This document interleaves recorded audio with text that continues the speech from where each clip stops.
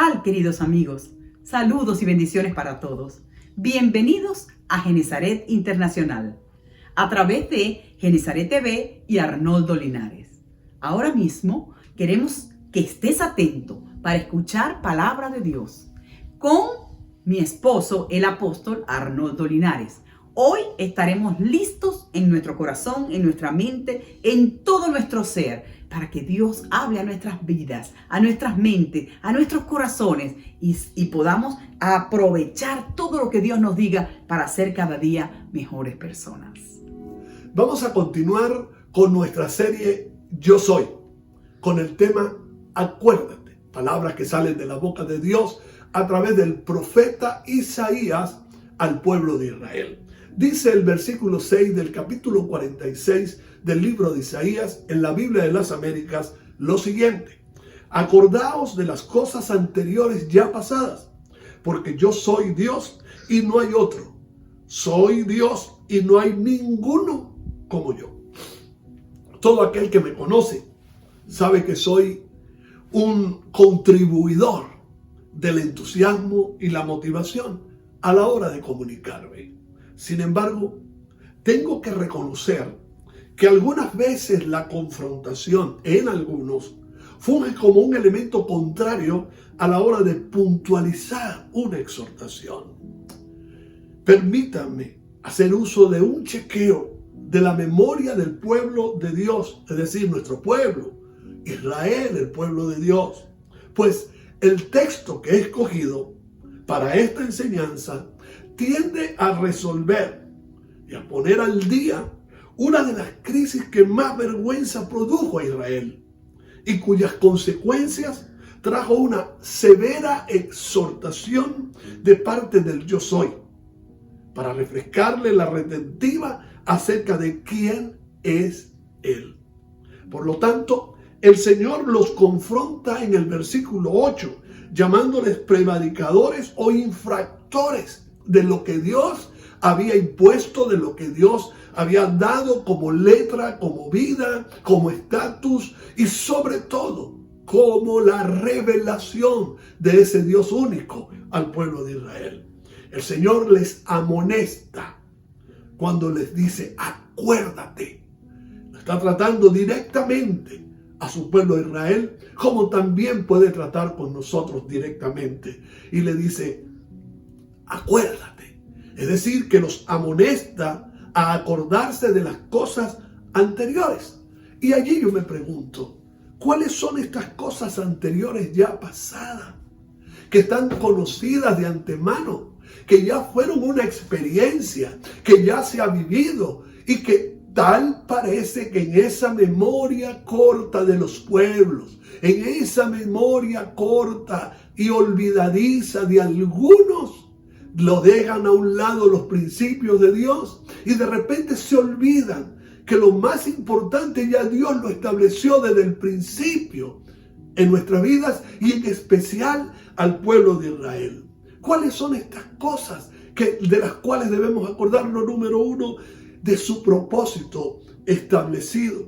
El versículo 10 de allí mismo de Isaías 46 nos habla muy claro acerca de lo que tenemos que recordar y de ese propósito. ¿Qué debemos acordarnos o qué debe acordarse Israel?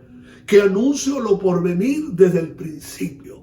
Es decir, que estas realidades que fueron en tiempo pasado, que en realidad vienen de la eternidad, ya Dios lo venía anunciando y que se hizo una realidad en el pueblo de Israel. Y dice, y desde la antigüedad lo que aún no era hecho, que digo, mi consejo permanecerá y haré todo lo que quiero. Y aquí está centrado el propósito de Dios, hacer todo lo que Él quiere. No es un capricho de Dios, es todo un propósito, es todo un plan, es todo un diseño, es todo lo que Dios ha hecho para tener en sus manos al hombre y conducirlo, a los pueblos y conducirlos, a los individuos y conducirlos, a la iglesia y conducirlo. Y en este propósito o estos propósitos serán realidades palpables en el futuro. Desde un principio Dios declaró el fin el fin de todo que ya estaba hecho. Y Dios lo anunció para el futuro, y eso lo sabía Israel. De modo que ahí se puede entender que Dios tenía una relación con su pueblo, e Israel tenía una relación con Dios y que debió respetarla y dejarse dirigir, conducir por ese propósito.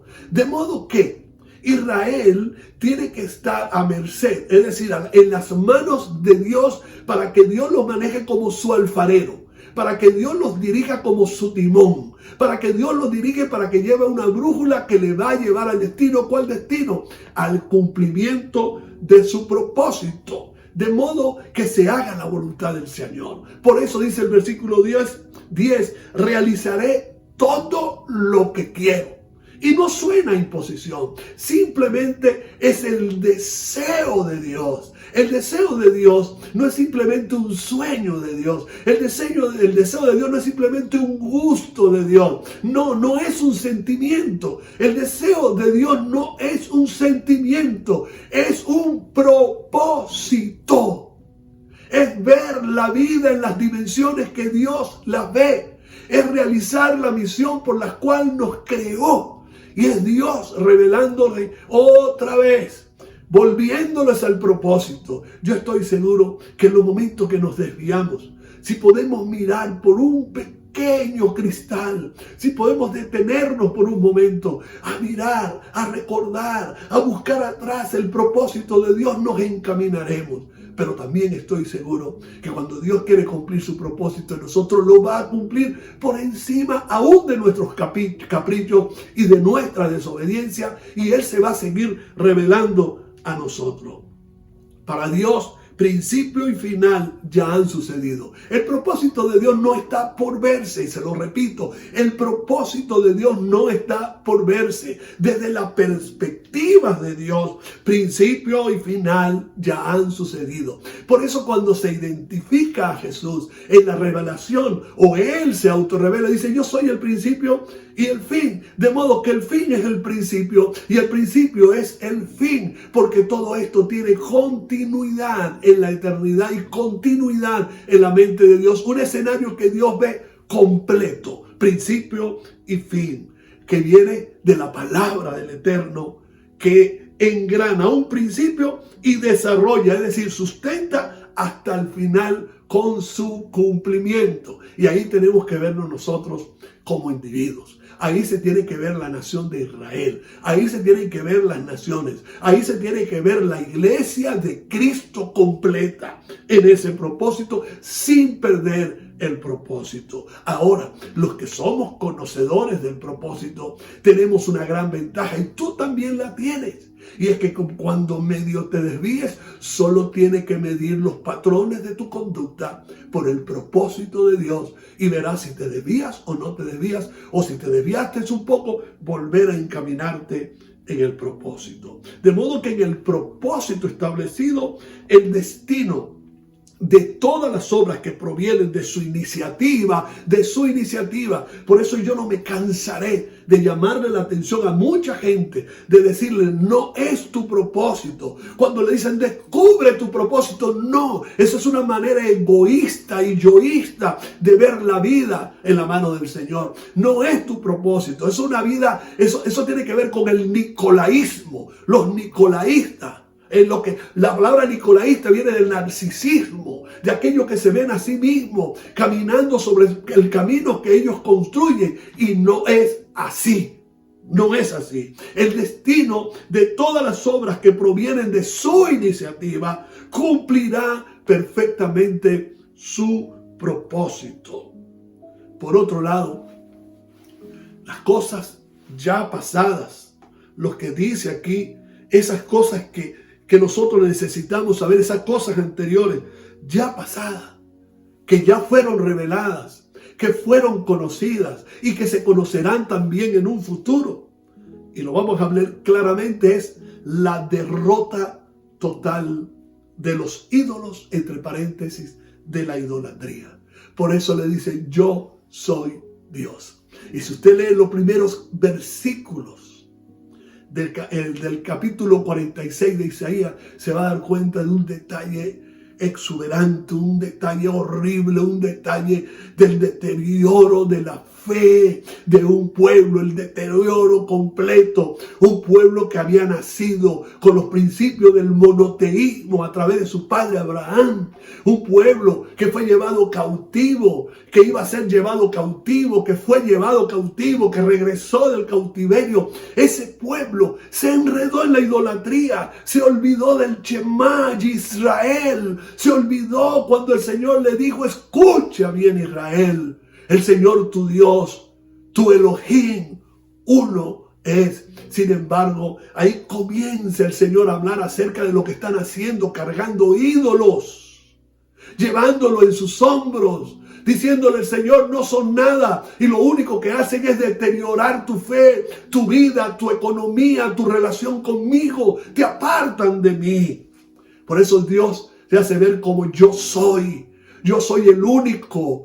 Fuera de mí no hay otro Dios. Los demás son de madera, son de yeso, no tienen vida. Hay que cargarlos. Tienen ojos y no ven, tienen manos y no palpan.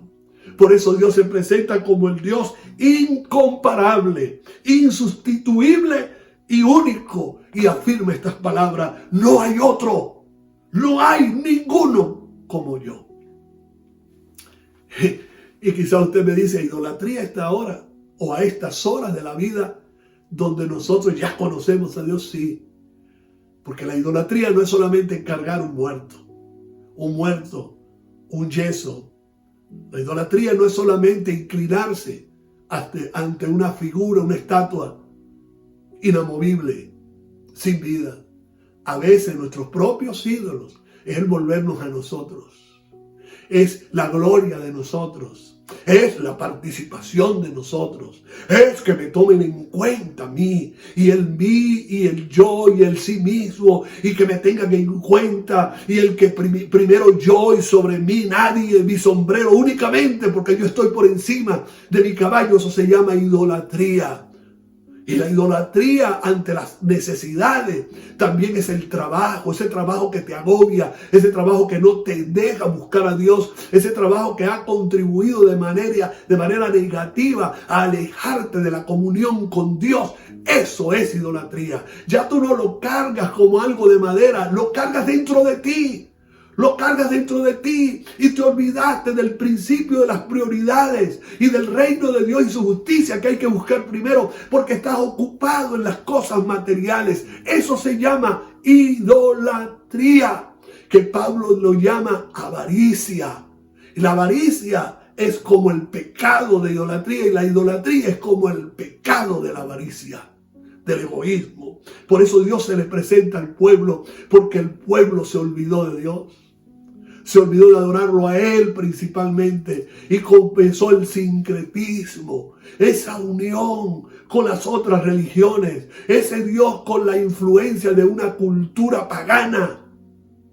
Yo aquí llamo la atención bien fuerte, y quizás los que me conocen o los que me conocen saben que yo no soy una persona radical, pero que jamás podemos tolerar que estemos jugando en dos aguas.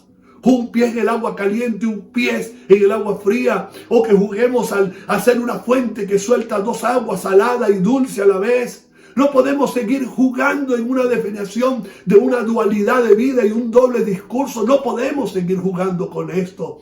Por eso Dios le dice: acuérdate de lo que soy. Yo soy Dios. Yo soy el único. Yo soy como yo no hay ninguno.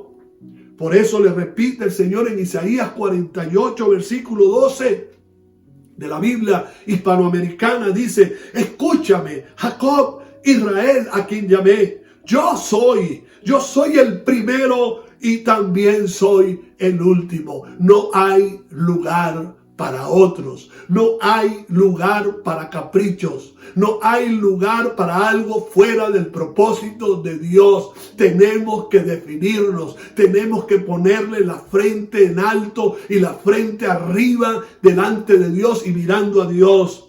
También le dice Isaías 43:15, dice: yo soy el Señor, su santo, el creador de Israel, soy su rey. Nuestro Dios no es nuestro súbdito.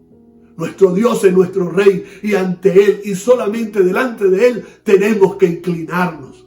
Usted me puede decir, pero hermanos, está hablando a la gente que no conoce a Dios o a los idólatras de la calle. No, estoy hablando al pueblo de Dios que se ha vuelto idólatra. Que se ha vuelto idólatra a adorar, a venerar a hombres de Dios, entre comillas, a profetas, entre comillas, a maestros, entre comillas, que adulan completamente de una manera muy abierta lo que creen, lo que dicen, lo que testifican. Así estén erradas, pero lo siguen. Eso es idolatría. Por eso el Señor dice, vuélvete a mi propósito, acuérdate de mi propósito, que yo no soy hombre, yo soy Dios. Yo no soy hombre para mentir. Yo no soy hombre para engañar. Yo no soy hombre para adular. Por lo tanto, yo soy Dios y a mí adórame. Es lo que dice el Señor. Dios corrige el camino del error y advierte sobre sus peligros. Por eso allí mismo, en el Salmo 115, 115 versículo 4 al 8 de la Biblia hispanoamericana dice, los ídolos paganos son plata y oro. Y fíjense, plata y oro, hechos de plata y oro, eso está afuera. Pero hay algunos que sus ídolos de plata y oro están adentro, que es la plata, que es el oro, que es el materialismo. Y dejan lo primero que es Dios, y dejan las primeras obras, y dejan el primer amor, y dejan a Dios de un lado para seguir sus propios caprichos. Dios está, a lo mejor no está ni en un segundo lugar, está en un tercer lugar. Por eso, no quieren compromiso, no se quieren comprometer con el reino. Los ídolos paganos son plata y oro, obra de manos humanas. Tienen boca y no hablan. Tienen ojos pero no ven, oídos pero no oyen, nariz y no pueden oler. Tienen manos y no palpan, tienen pies y no caminan, con su garganta no emiten sonidos. Sean como ellos quienes los hacen, todo el que en ellos confía. Sean como ellos. ¿Qué les parece? ¿Cómo se puede transferir una adoración errónea a la vida de una persona para que la persona tenga el mismo comportamiento? Serán como ellos, estarán muertos, sin sentimientos, tendrán que cargarlos, tendrán que llevarlos de un lado para otro. Mientras que una persona que está en el propósito de Dios, que confía en el propósito de Dios, que se encamina en el propósito de Dios, no tienen por qué cargarlo. Él va solo, él va directo, dirigido por Dios para echar adelante la obra de Dios, su vida, su familia y todo lo que emprenda. Por lo tanto, esta debe ser la declaración de sus hijos. Como lo dice el mismo salmista cuando comienza y dice, no a nosotros, Señor, no a nosotros, que sea a tu nombre el que des gloria por tu amor y tu bondad. Nuestro Dios está en el cielo, no es de madera, ni soy yo, ni son mis caprichos, ni mi compromiso, ni siquiera mis sueños. Es el propósito de Dios. El Dios de los cielos. Nuestro Dios está en el cielo. Todo cuanto quiere, lo hace. Israel confía en el Señor. Hermano, hermana, hombre, mujer, ministro, líder, discípulo, confía en el Señor. Él es tu ayuda y tu escudo. Casa de Aarón, confía en el Señor. Él es tu ayuda y tu escudo. Los que veneran al Señor confían en Él. Él es la ayuda y el escudo de ustedes. Y finalizo diciéndoles esto. Salmo 115, versículos 12 al 15. El Señor nos recuerda y nos bendice. Bendecirá a la casa de Israel. Bendecirá a la casa de Aarón. Bendecirá a quienes lo adoran o lo veneran. A los pequeños y grandes. Que el Señor los multiplique a ustedes y a sus hijos. Que sean bendecidos por el Señor, Creador del cielo y de la tierra. Pero nosotros bendecimos al Señor desde ahora y para siempre. Y es la decisión que debemos tomar. Acuérdate de que Él es Dios. Como Él no hay ninguno. Acuérdate del propósito de Dios que no es el tuyo.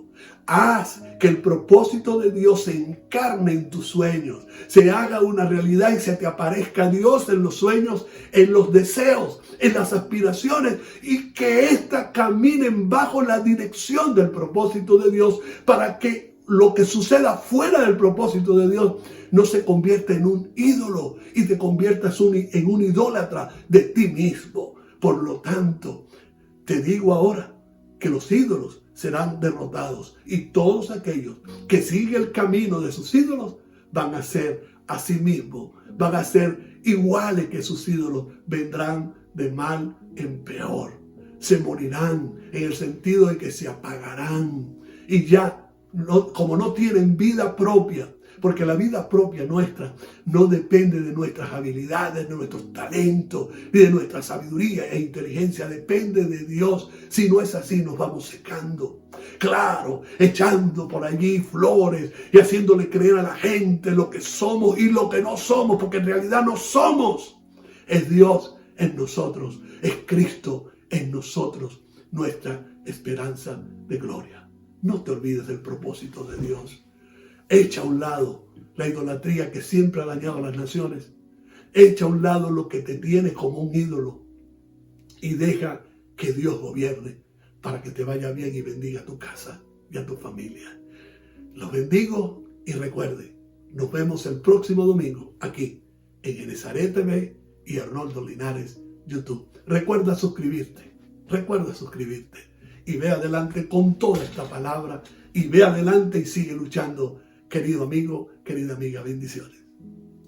Hermosa e inspiradora la palabra del Señor.